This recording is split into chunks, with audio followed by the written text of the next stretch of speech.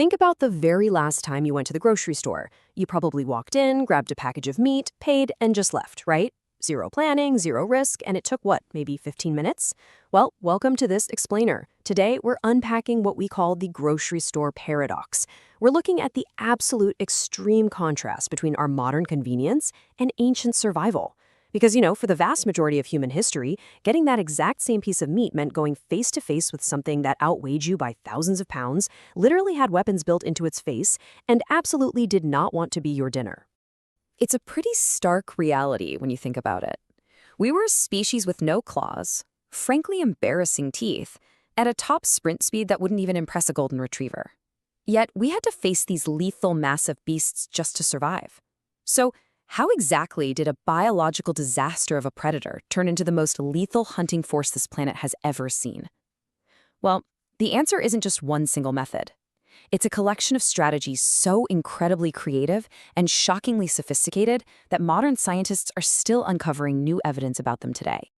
So let's dive into this hierarchy of ingenuity. We're going to explore how early humans transformed from vulnerable prey into the ultimate predator across 4 key domains: weaponizing pure physics, architecture and chemistry, the biological running machine, and finally, strategy and new allies. All right, starting things off with our first domain, weaponizing pure physics, or basically letting the prey do all the hard work. For the longest time, we made some pretty basic assumptions about ancient hunting, mainly that hunters just threw spears at big animals. But a 2024 UC Berkeley study decided to actually put that assumption to the test. And man, what they found turned everything completely upside down. It turns out, throwing a spear at a 6-ton mammoth, completely ineffective. It generates nowhere near enough force to reach a vital organ. Instead, researchers realized that hunters were actually planting the butt of the spear deep into the frozen earth and stepping back. A charging mammoth rushing forward at even just 15 miles per hour generates 67 times more force than the absolute strongest human could ever produce with a throw. They were literally letting the mammoth's own massive momentum do the deadly work for them. And it gets crazier. By the time that spear tip penetrated the flesh, the Clovis Point's cleverly engineered mounting system caused it to behave almost exactly like a modern hollow point bullet, catastrophically expanding the wound from the inside. The hunter never even had to get close enough to be touched. And they applied this exact same grasp of gravity and physics to stones too. Over in the Cave of Hearths in South Africa, researchers found that prehistoric hunters were selecting specifically weighted stones. For the larger game, they'd drive an animal into a narrow canyon, and hunters positioned safely up on the ledges above would just drop these heavy stones down. Taking the high ground wasn't just about staying safe, it was the entire physical strategy. Moving right along to our second domain, architecture and chemistry. This is all about hacking the environment and utilizing delayed causation. So some hunters clearly realized they didn't want to be anywhere near a massive, angry animal. Their solution? Build something instead. From up in the air, these ancient structures look like enormous kites just drawn across the desert floor. They feature these really long stone walls that gradually narrow down into a tight funnel. But the absolute genius here is that the walls were deliberately built low, not high enough to look like a solid barrier, but just high enough to make the animal feel uncomfortable. You see, you don't actually need to physically contain an animal to control it. You just have to make every other direction slightly more annoying than the path you want it to take.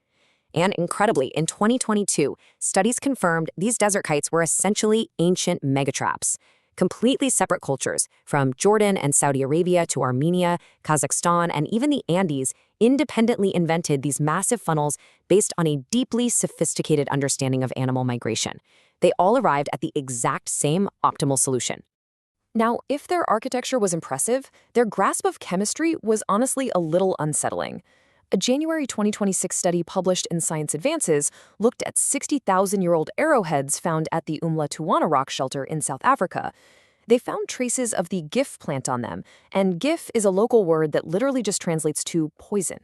These early hunters were extracting complex alkaloids that specifically attack the cardiovascular system, preparing the mixture without accidentally poisoning themselves, and then carefully applying it to these tiny arrowheads.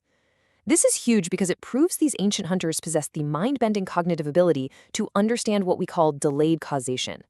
Think about it. They shot the animal, watched it run away seemingly unharmed, and then patiently tracked it for hours, perfectly confident that the poison would eventually do its job. That is chemistry, long-term strategy, and expert tracking all operating together in a single human mind. And what's truly staggering about this chemical mastery is the sheer endurance of that knowledge.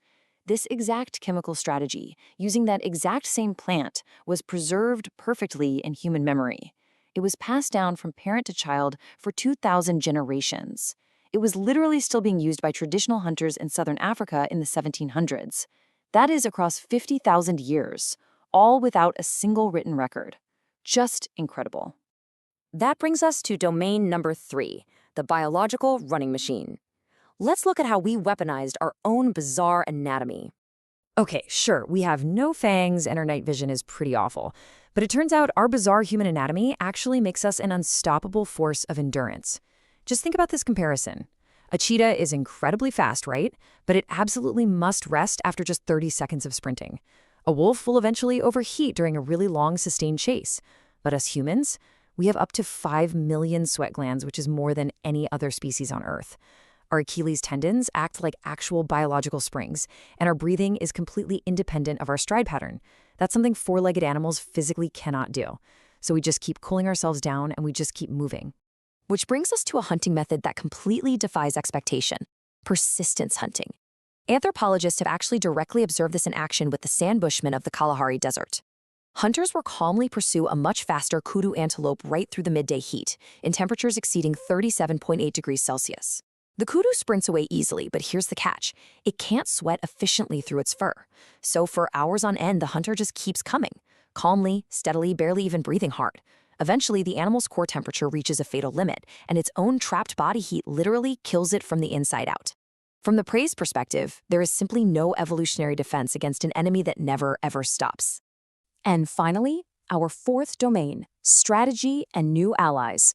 This is all about multiplying our power. So, humans took all of these incredible individual methods we just talked about, the physics, the architecture, the chemistry, the biology, and multiplied their power through intense planning. Over at the Schöttingen site in Germany, archaeologists uncovered 8 perfectly engineered spears right alongside the butchered remains of 50 horses. Now, taking down 50 horses all at once is not a stroke of luck. That is a highly coordinated, multi-person military operation. It required advanced knowledge of where the horses would gather, very precise positioning, and strictly assigned roles. But most importantly, it relied on advanced language and coordination. Someone had to clearly communicate this entire plan before it even happened, ensuring nobody broke position at the wrong moment. We weren't just weaponizing tools, we were weaponizing language itself. And when you trace this timeline of teamwork, it leads to our ancestors' most revolutionary decision yet. Sometime between 15 and 35,000 years ago, humans looked at another apex predator and made a choice that had never been made before in the history of the Earth. They chose not to kill it, but to recruit it. By 11,500 years ago in Jordan, we see clear, undeniable evidence of canine domestication. And by 8,000 years ago, cave art in Saudi Arabia actually shows dogs on leashes, wearing collars, and actively assisting in coordinated hunts. This partnership spread across the globe faster than any previous innovation, simply because bringing dogs into the fold made both species absolutely unstoppably effective. Which really brings us right back full circle to where we started today. That packaged meat you grab at the grocery store in 15 minutes, that is simply the end point of a 300,000-year chain of human innovation. The planted spear using pure physics instead of raw strength. The megatrap using clever architecture instead of dangerous confrontation. The poison arrow utilizing chemistry instead of blunt force.